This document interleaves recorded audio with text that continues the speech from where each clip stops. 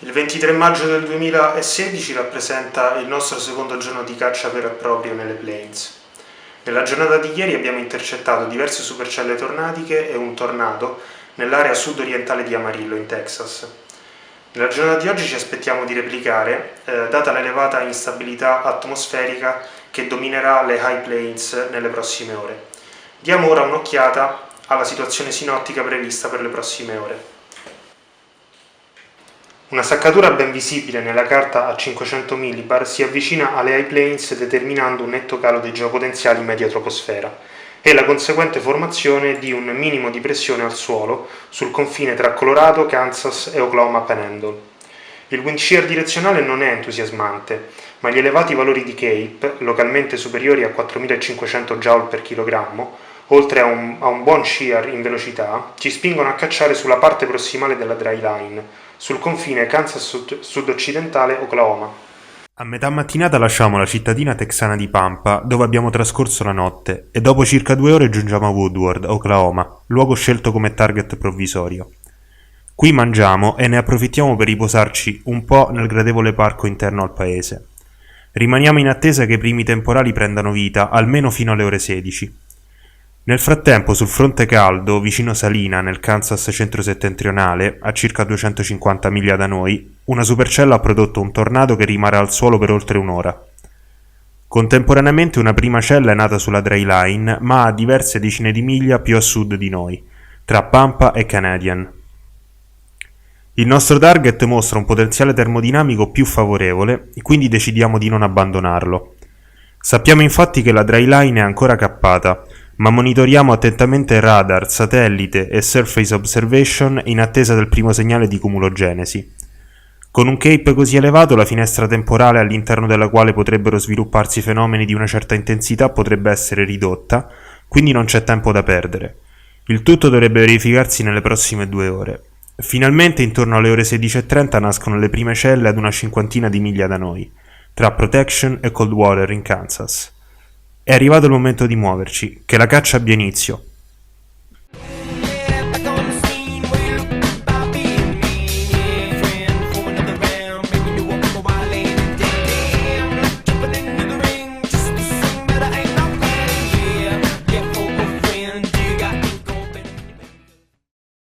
Ovviamente una bella stradina, quindi resta che ci cerca nessuno sta lì. Arriviamo all'incrocio, al massimo volevamo un bocca qui se c'è qualche montagnina che sotto qualche scollinetta, ma arrivati lì all'incrocio sono messi in posizione ottima. Anche perché vorrei stare vicino a Protection, perché qui siamo assolutamente offline, quindi una volta che poi dopo non vediamo più quello, dopo andiamo a vista. Ok.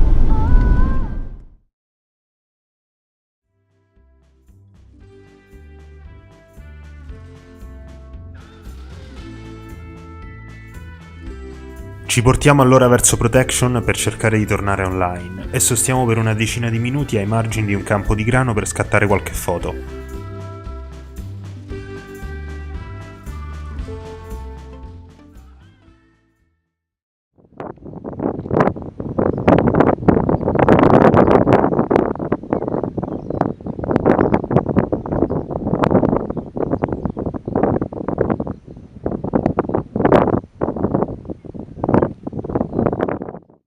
Qui ci rendiamo conto effettivamente che le 2 celle davanti a noi si stanno indebolendo e abbandoniamo definitivamente l'ipotesi di continuare ad inseguirle, decidendo di rimetterci in marcia in direzione opposta.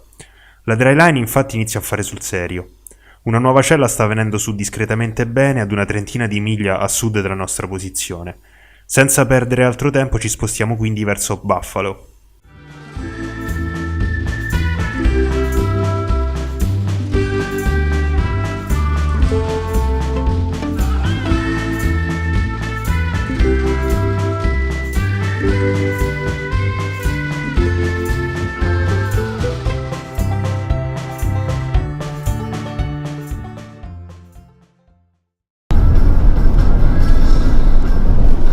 Grossa, c'è una soddisfazione.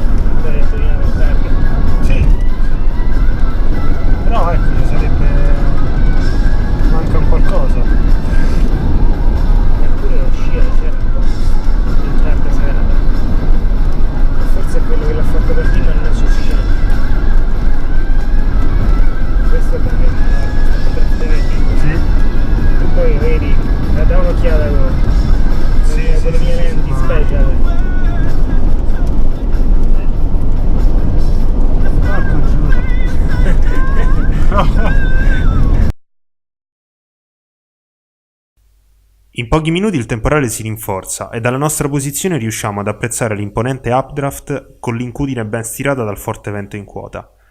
Continuiamo a seguire il temporale e superiamo Buffalo ancora per qualche miglio verso est. Ci fermiamo in un buon punto per osservare l'evoluzione della cella.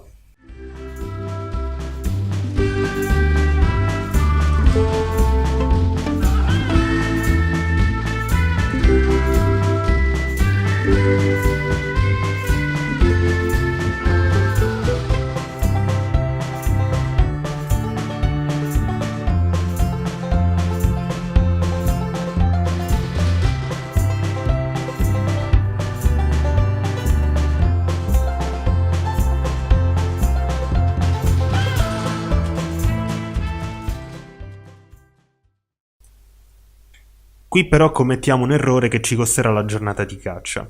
Infatti la cella sta splittando. Lo splitting, cioè il meccanismo attraverso il quale una singola cella temporalesca si divide in due, è generalmente favorito dai forti venti in media ed alta troposfera, quindi in condizioni di elevato wind shear in velocità. In tale circostanza molto spesso la nuova cella settentrionale assume una rotazione antioraria, si parla anche di meso-anticiclone, e si indebolisce rapidamente, mentre quella meridionale diventa dominante e continua a ruotare in senso ciclonico. Diventa cioè il nuovo mesociclone.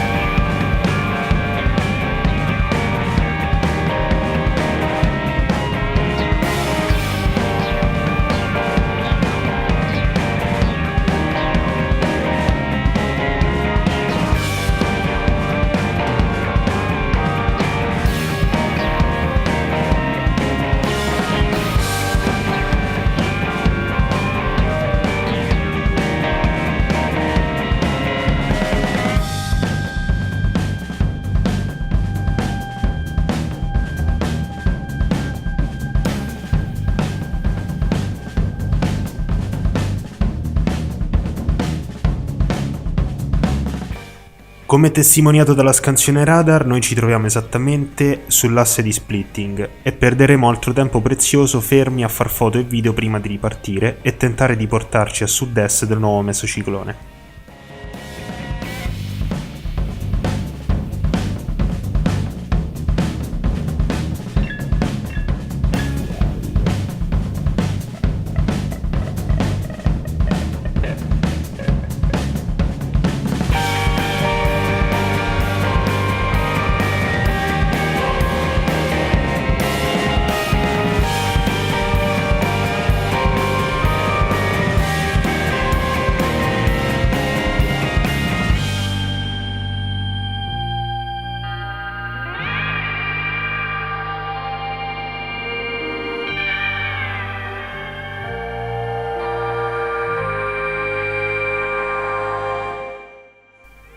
E decidiamo finalmente di muoverci. Non ci resta infatti che tornare verso Woodward, dove il meso è appena entrato in tornado warning.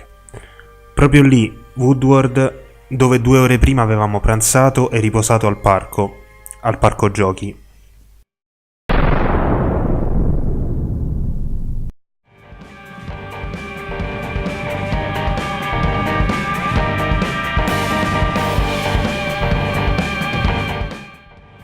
Il tentativo di raggiungere Woodward percorrendo una strada secondaria purtroppo non riuscirà, quindi decidiamo di tentare una rincorsa disperata, tornando indietro e facendo il giro largo. Dopo qualche miglio capiamo che la strada da percorrere è troppa per avvicinarsi a quel temporale in tempo utile e ci concediamo una breve sosta per fotografare un fantastico tramonto.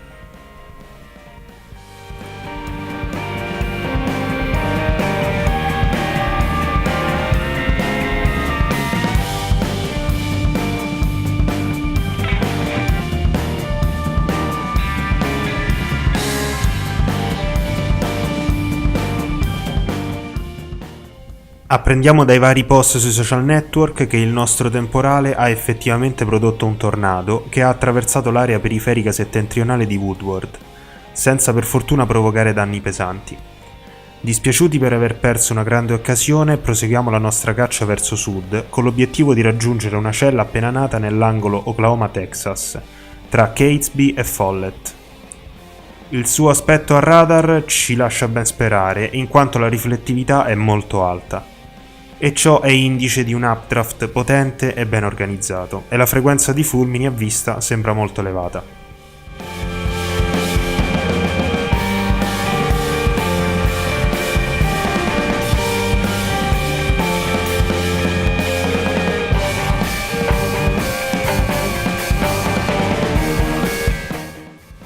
Il temporale perderà ben presto di intensità. Possiamo quindi dichiarare la nostra giornata di caccia conclusa. Parafrasando Edison, che un giorno disse di non aver fallito 2000 volte nel fare una lampadina, ma bensì di aver trovato 1999 modi con cui non va fatta, noi oggi, nel giro di pochi minuti, abbiamo scoperto sicuramente almeno 2 modi per perdere un tornado.